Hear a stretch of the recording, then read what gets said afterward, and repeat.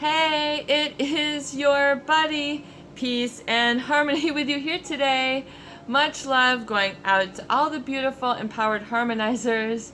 We are zooming in and focusing in on a great viewer question, and that is, how do I handle the ups and downs, sort of the moodiness of the narcissist? I will be happy to discuss that with you. And that's a great viewer question, because especially if you're still in a relationship with someone who has sort of this moodiness, you might want to look at perhaps the role in the narcissist personality type, that of narcissistic rage, or a just sort of narcissistic ego, injury to their ego, injury to the narcissist. There's a very tender or soft spot oftentimes when we talk about a personality trait who is narcissistic. They might be very raw, just sort of brazen, have just full fire ahead, like the passion of a fire hose. I mean, they're just full throttle. They can be very high energy and operate in a very sort of inspired state for the narcissist. But if you are getting a lot of moodiness, in other words, like they just all of a sudden will like freak out, and you're getting sort of the fire hose rage effect, and then it's this up and down and up and down, and you sort of, no matter what you do, you can't really quiet the storm. You have to realize that with a narcissist, it's typical than just someone who is bothered, they're perturbed, they're annoyed, they're frustrated. There's a whole different sort of emotional landscape that they are, sort of up against internally in their internal environment. And even though you can't see it, it might be very seething hot or angry, especially based on if they've gone through what you might call a narcissistic injury, or perhaps even just being challenged. So a narcissistic injury, I think in my viewpoint, is a feeling, or they're getting a feedback from an individual, a company, a place, a family member, a relationship, wherever.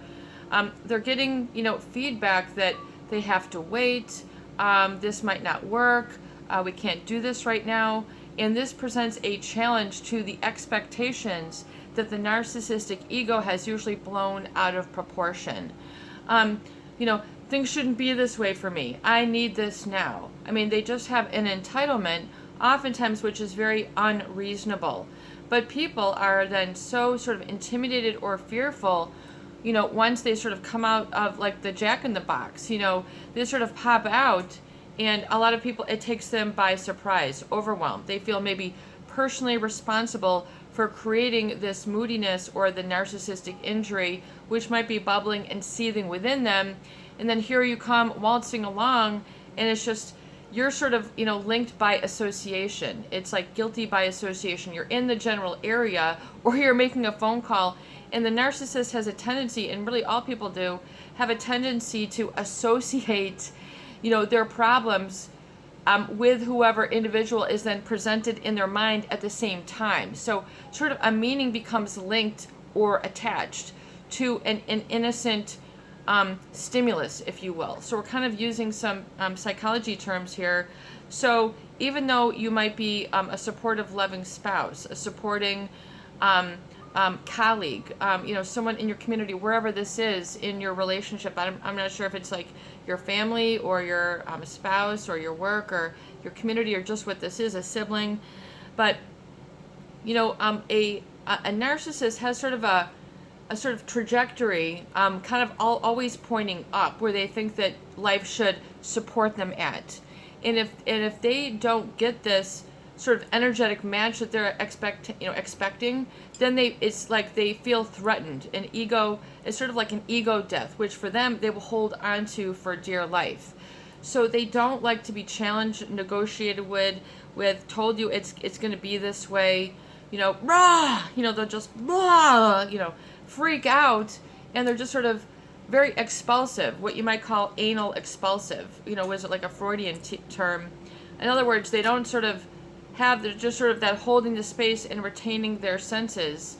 They just become very expulsive, or very eruptive, like a volcano, and then disruptive really to others. So a lot of people who are close to them begin to be associated with or feel guilty perhaps that they're the cause of this. So it's just sort of a natural connection that someone will make in their mind, particularly children, if they see their especially for children, if their parent is narcissistic, the children are just sort of like objects or extensions of the narcissist. They're not validated for being individual, unique, different, having different strengths. Oftentimes they have blinders on and they can't see other people for who they are, because the narcissist has a filter that they're looking through. What can you do for me? What can you do for me? I mean, they're putting it on like a like a ski goggle and like ski gloves. They're just sort of like this demanding and have an insatiable need for power and control and ultimately manipulation. Undergirding it all is, what can I get away with? The narcissist feels that they should always have like special privileges. And if the world does not sync up, if a situation does not sync up, and then meet their sort of expectations, that are launched oftentimes very unrealistic and based on sort of a very much of a fantasy, that they expect other people to cooperate with or to match. If this is challenged, especially for children, if they see this, they tend to connect, I am the cause of this problem. They are, absorb the unhappiness of the parent. Just for example, in that dynamic, is they feel that I'm not making you happy, so what do I need to do to change to make you, the narcissist, happy? So people, I think of your comment also said very aptly today, that it's kind of like with a narcissist, you're always on audition. I think that's a perfect way or analogy to explain it. You feel that you're always on audition with them. You're always, how is it, this time? You have to sort of play out in these little snippets, or what do you call the mini, a mini audition. I'm not sure what they call it. If it's like an audition tape, or, you kind of feel like they're like, okay, the narcissist is like, okay, you're on, the camera's on, and you're like, what, I'm just trying to help you here, be supportive. And then they feel all of a sudden that they're part of some, audition where they can maybe make it or not. And so they have to learn to do a lot of tricks to accommodate or offset this narcissistic rage or moodiness, what you might call mood lability. Meaning it just sort of is all over the place, unpredictable. This creates discomfort for others, because I think others kind of feel like they don't know what they're going to walk into, which is perfectly normal and fine for that person. Perhaps it's not a problem for the other person who's the narcissist, although oftentimes I feel they suffer because of this undertow, and they feel that they can't sort of get a handle on it. In other words, the rage might be sort of carrying them rather than them carrying the emotion. In other words, they're just sort of launched out on Rage Cloud 57. They're just out there, and they ain't coming down for nobody. They feel this entitlement, or that's what's going to get them what they're looking for. They want, it's kind of like a 2-year-old who's sucking their thumb, and I want this now. Oh my God, that was so strange. I've got this little, I don't know what it is. It's just like this little cell thing. And the feather, I didn't know what that was. I have a feather in there.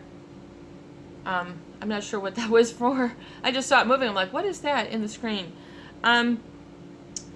So how do you handle this moodiness, this up and down with a narcissist? Realize it kind of comes with their emotional territory, and it can be sort of raw, and I would say emblazoned, so it has that sort of heat to it, and sort of oftentimes which is perceived as anger or hostility or disappointment with people who are around. So a lot of people, will draw a line or conclusion that either, it's my role to help you through your narcissistic rage. So a lot of people feel responsible, or they feel that they maybe want to rescue or help somebody when they're going through this. So a lot of people are attracted to relationships with narcissists because they're like the ultimate like fixer-upper. If they need like a lot of support or ego stroking, or you're always trying to have to give them compliments and boost up their ego so that they feel that they're okay. A lot of people then take this as a personal responsibility and take it personally if they're not able to help the person through their moodiness. They think, well, I should be enough.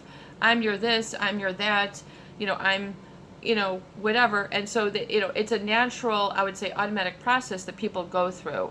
But you also have to imagine and understand that, especially for children who have been around these sort of types, explosive types, no eye contact, just, barking orders, they're not really present for you.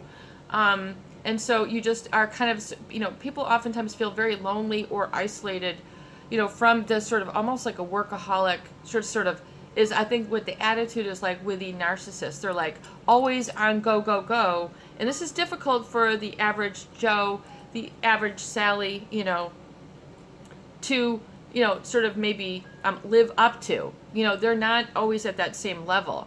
And so, the landscape, the ups and downs, I think, would be typified by sort of a brooding, meaning they have to mull over things. And, you have to give them their space for that, even though it might be some time of the day where you expect to be talking to them, having a meal, planning things. Sometimes they just need to go into recluse, what I call having a valley moment. They just need to go, step aside. They are in that narcissistic rage. Things are not matching up to their ego expectations. So narcissists, they will then experience what's called like a narcissistic injury, where they feel their ego is got a hole in it. They're sort of blowing out. They're not able to sort of rein and harness things in with faith. They will launch into this sort of insecurity, which I think is really based deep down low. Oftentimes the narcissist is harboring a very strong sense of inadequacy, or that they always need to be the center of attention. That's how they feel alive and okay. So as long as, they've got, quote unquote eyeballs on them, they feel anchored and better. So oftentimes the narcissist does not really like to be alone, despite this sort of, their ego, which is always up on a pedestal, untouchable, if you will. And so now, you have to understand, if you are still in a relationship, choose to be, or need to, have some tools and strategies, realize that, the narcissist, if they're, understand that they don't like to be challenged, they don't like to be, like, quote unquote, a normal person, because they feel that they're above it, and so they feel sort of called out. And they feel that they should not have to defend and justify themselves. It should just be, they have these very tight wired expectations. I'm going to have this is going to go this way, and oftentimes their performance needs to be perfect, or, because of an insatiable need for the power and control, if things aren't working out, rather than having the faith, coming to Jesus, having a kumbaya moment for themselves, coming back to their senses and engaging in self-soothing, oftentimes it'll result in a desire to get the ego back, which means they have to be under the microscope for comparison, and that they have to then come out as the better. So they need that sort of constant feedback that they, are awesome, that they are da da da da. And so if they don't have that, then they're going to feel this sort of void, and oftentimes a moodiness, that you don't see from them often, or maybe increasingly often. And, so they don't like to be sort of seen, in this light. So, when they're sick, they don't like for people to see them. They don't like to appear less than perfect. A hair is out of place. A breath is out of place. A toe is out of place. I mean, it can freak them out.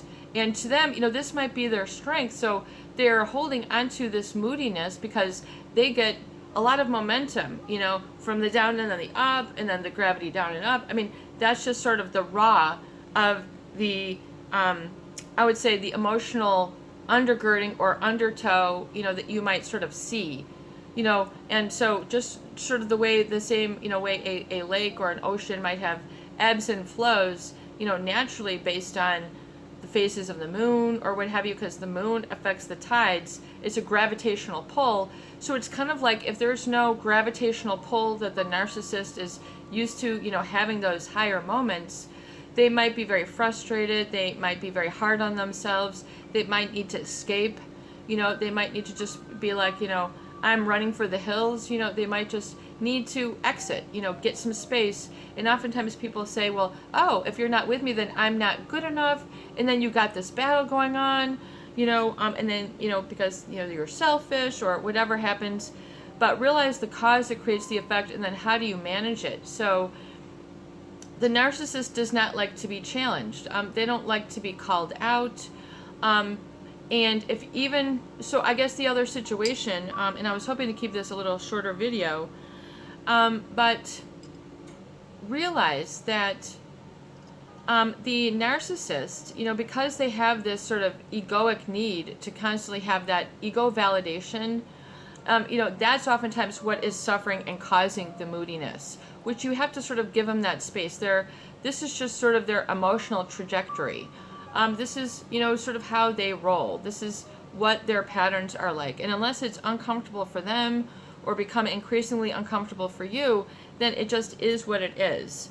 And so, you can just reflect back in a way that sort of strokes their ego at the time. Oh, you're having, an ego moment. You're having a valley moment. How do you just sort of, people around them really need to be able to communicate and validate where the narcissist is, even though the narcissist won't have empathy oftentimes in the other direction.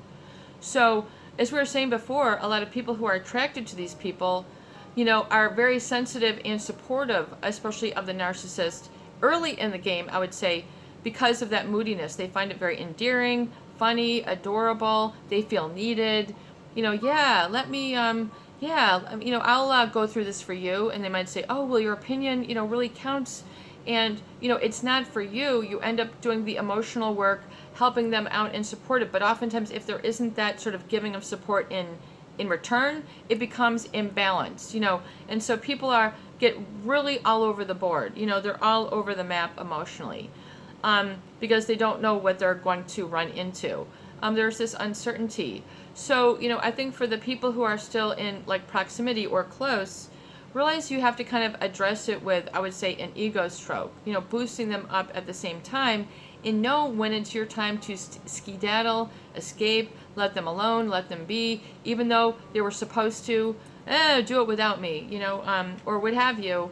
It's just how it is, So you will need to understand that their emotional trajectory has these peaks and valleys. Oh, you're having a peak moment, you're having a valley moment. I get it. So realize that you're not oftentimes the cause of the problem or the cause of the moodiness. Children, especially if they have narcissistic parents and they see their parents going through this rumble or the ups and downs, or they see them drinking to soothe in front of them, the kids will pick up and extrapolate the meaning that I must not be lovable. I must not be soothing enough. I must not be adequate because my parent is unhappy. They're all over the place. They're drinking. They intuitively know, the adult drinks and what they're knocking down are intended to create a barrier or a separation from that person and the rest of the people in the world or the universe or in that room, or where, so they know when the narcissist is throwing up these walls. And so oftentimes, then the people who become codependent, oh, well, why don't I just scale that wall? It might take me 3 days. I might fall on my head, need stitches, a concussion, because I'm trying to save you. I'm just running like a fire drill to try to stroke your ego. I broke my toe, hit the back of my head, I've got a concussion, I need an MRI. But anyway, how about you? Becomes just sort of the battle. It becomes the tit for tat. It becomes the old touche, emotional touche. I got you in the ribs. I got you behind the knees. I got you behind the ear. I got you in the ear. So it can become this sort of narcissistic fight, which I always say, when this happens, step out of the boxing ring. Exit stage left, turn the head this way, turn the head that way, go anywhere else but where you're facing the narcissist. Okay, got it, boom, done. Hop, skip, and chasse yourself away from this, from the narcissist. Because they're operating at another level in their mind or even in reality. Oftentimes these people are very accomplished, C-level executive, business owners, high net worth individuals, because they're on that sort of creative trajectory. And if anything disrupts that, they feel this should not be happening to me. It's not an energetic match with their ego. So you got the narcissistic injury. Then you get the narcissistic rage, which is usually because their entitlement needs are not being met. Their egoic needs are not being met. So they're kind of like raw and exposed. They don't have, especially now in the midst of a pandemic, I would say, they don't have then the usual outlets where they can get their ego feed. Maybe wherever it is that they're used to going, either to restaurant or movies or clubs or bars or wherever it is, that they're used to having that outlet. If that is, suddenly stripped away, the narcissist, it's like you're like, they're not on all empty. I'm sorry, they're on half full, but to them it feels half empty.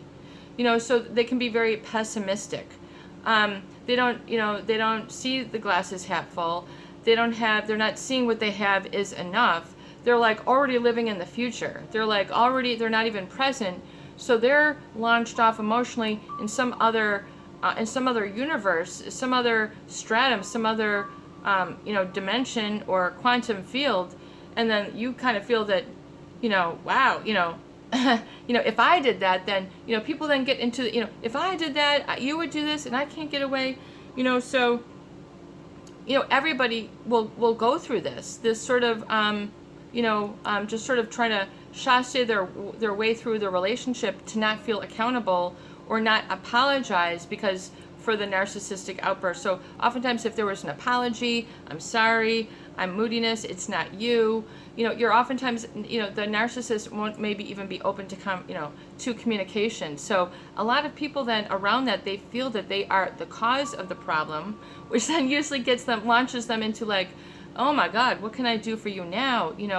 Can I send you this, send you that? And it's always, walking on the eggshells until the narcissist is, fulfilled again in their egoic needs.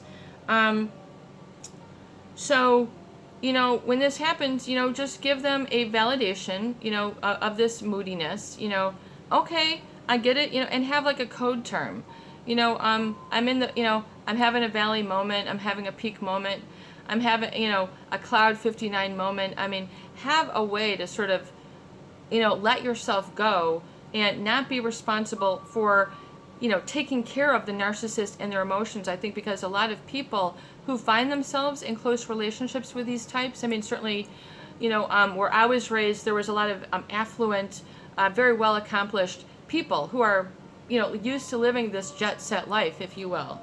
I'm not sure what song, Jet Set Life, it just came, there was like a song about that, it's just like a jet set mentality where they're always expecting, the tarmac to be greased for them, the red carpet should always be there, and like the viewer said, you feel like you're constantly on audition for them. So did you, was this enough? You can't be genuine. You have to sort of, live outside of yourself, which for a lot of people can be very unpleasant, but for the narcissist, they might thrive on that.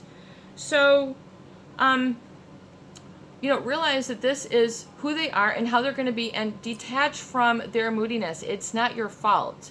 Just because you're observing or witnessing doesn't mean you're responsible for fixing them, changing them, helping them, and it doesn't mean that you're unlovable if you don't do these things. A lot of people then equate keeping them happy with I'm okay. So they've got this sort of guilt or puzzle, and like they feel it's unfair to them. Eventually if it keeps going, because they oftentimes feel that they cannot do to the narcissist what the narcissist does to them. So it creates this very uneven playing field.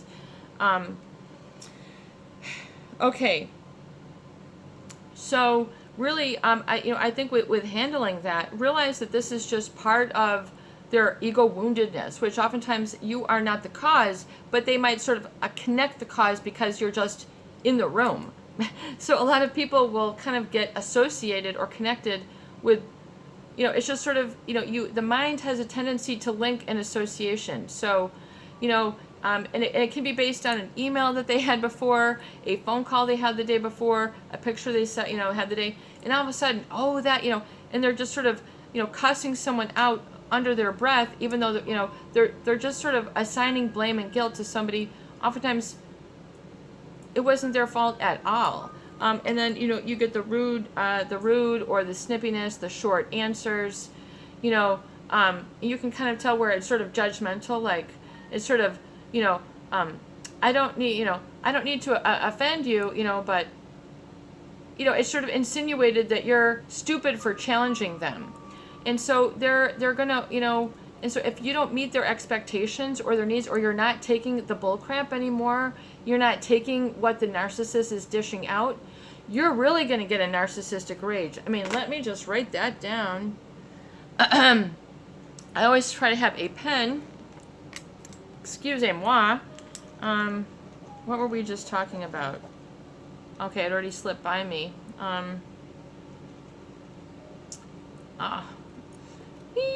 Okay, the narcissist. Okay, the narcissist injury. I forgot what I was saying. Anyway, I wish I had written it down, or maybe I will pick that up here. So the narcissistic injury, and just try to handle it. So, you know, realize that you're not the cause of the problem. Oftentimes you cannot fix the problem, so don't feel responsible for having to fix, change, support, dance on eggshells, you know, skip through the tulips. Give them their space, the broodiness, the, you know, working through on their own, you know, you know, you might need to give them that space, and, you know, but it doesn't mean that you have to be a receptacle for their negativity. And you don't have to constantly audition for them to see if you are good enough. I mean, you know, it's as if you have to win their favor episode by episode, you know, day by day. It becomes a lot of pressure and a lot of burden onto others, and a lot of people make the mistake of going down that rabbit hole with them. And so, I mean, I think, as we were saying, you know, where you know, there was, you know, affluent people, and if this doesn't work, you know, they're going to flip out, you know, become very demanding. It's oftentimes impractical. So this is something, and we're going to, if any of you, you know, have a comment or question, just please feel free to leave it down below, and we can discuss that. It is something you can handle, and oftentimes it feels that, you know, unfair, but you have to sort of understand what they are, and not get caught up in having to feel that you have to pacify them, appease them. You know, that's where the people-pleasing mentality gets. You know, what do I have to do to then cater to your ego? You know, which becomes very depleting and exhausting for people, because there is a certain degree of uncertainty, and if you don't have certainty, you can have a sense of unreliability or mistrust. So you're starting to play with fire at that point. And oftentimes, you know, it will hurt other people if not monitored closely. So this is your buddy, peace and harmony, with you here today, and I hope that these videos do help. Please share, please subscribe, and for goodness sake, please donate for more great tools, videos, discussion, and support. Peace out, peace be with you. Have a beautiful day.